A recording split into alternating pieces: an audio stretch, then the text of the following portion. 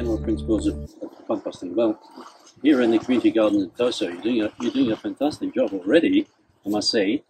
You've got wooden bins, and you've got three or four of them in a row, and the compost is looking great. But as a general principle, if you're wanting to start composting in your own homes, the size of the compost heap depends on the size of your garden and how much material you can fill it with.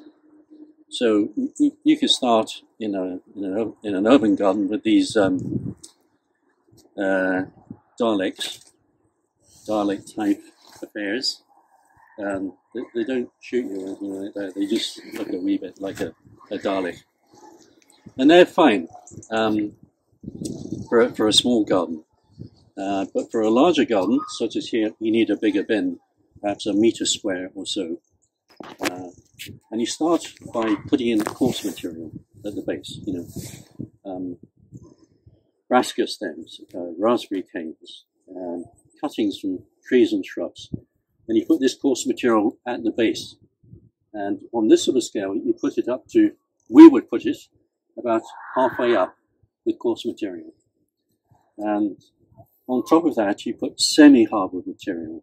So something a wee bit softer, like stems and material that you can actually twist and turn.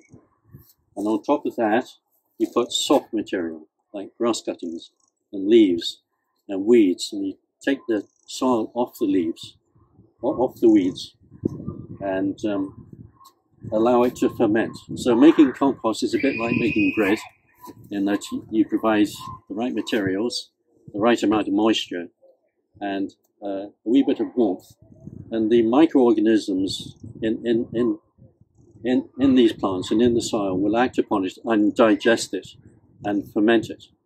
And if you do it in this sequence, you shouldn't have to turn it, in theory,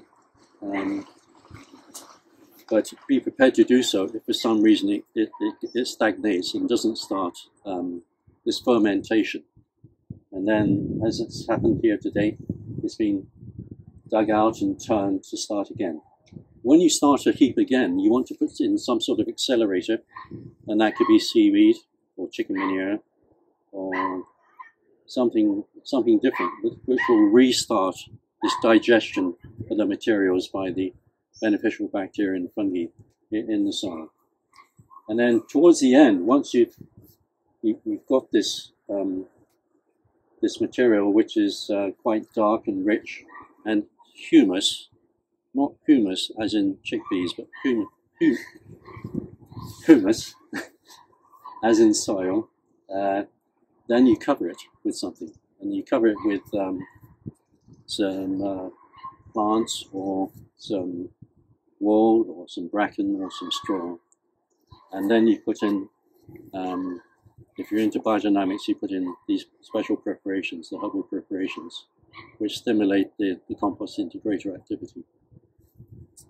But I mean, you're doing a fantastic job here at the community garden, and I think lots of people should come here to learn about organic gardening, and I think it's wonderful that what you've achieved in such a short space of time. Congratulations.